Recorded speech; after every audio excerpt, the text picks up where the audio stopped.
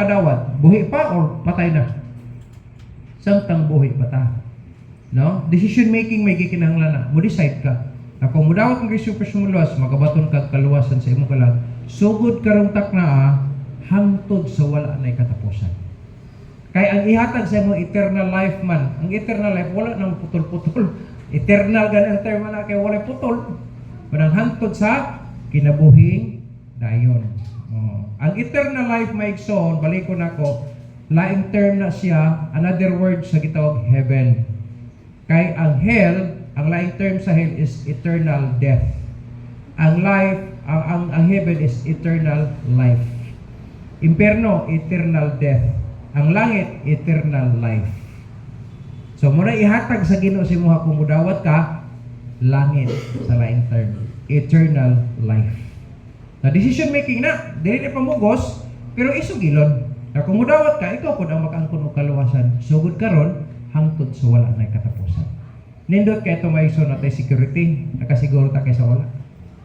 Amen? Na kung nakadawat ka, lifetime, di na lifetime, kundi eternal na. Mamatay ka sa lawas, pero imong kalag may kasigurihan sa langit. Nga naman, nakasulat imong ngalan sa basahon sa kinabuhi.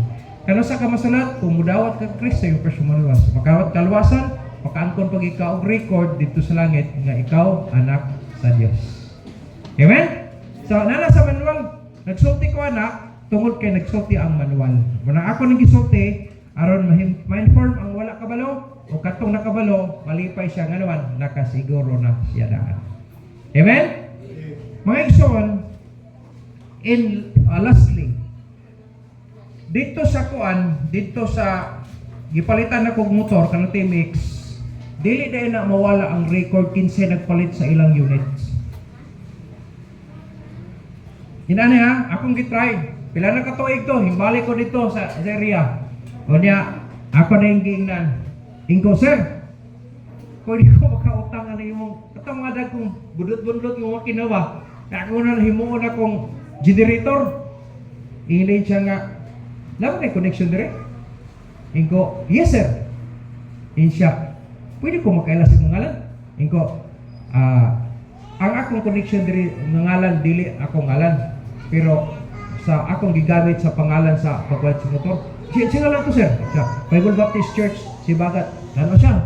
Siya ay Florencio Plaza. Kabalan siya. Siyempre, di man maka-purchase ang simbahan. Siyempre, the representative. Yes sir. Siya ay, kaya sir, problema. Kung siya tao mo sir, bisag asa ni. Testingan ako. Siya, diligin mawala daw ang record. Bisa pila na ka years. Nga naman, usa na sa ilang honor daw nga mabaluan labi na namalit ka na nagpalit kag cash, dili na mawala. Wala dai na no.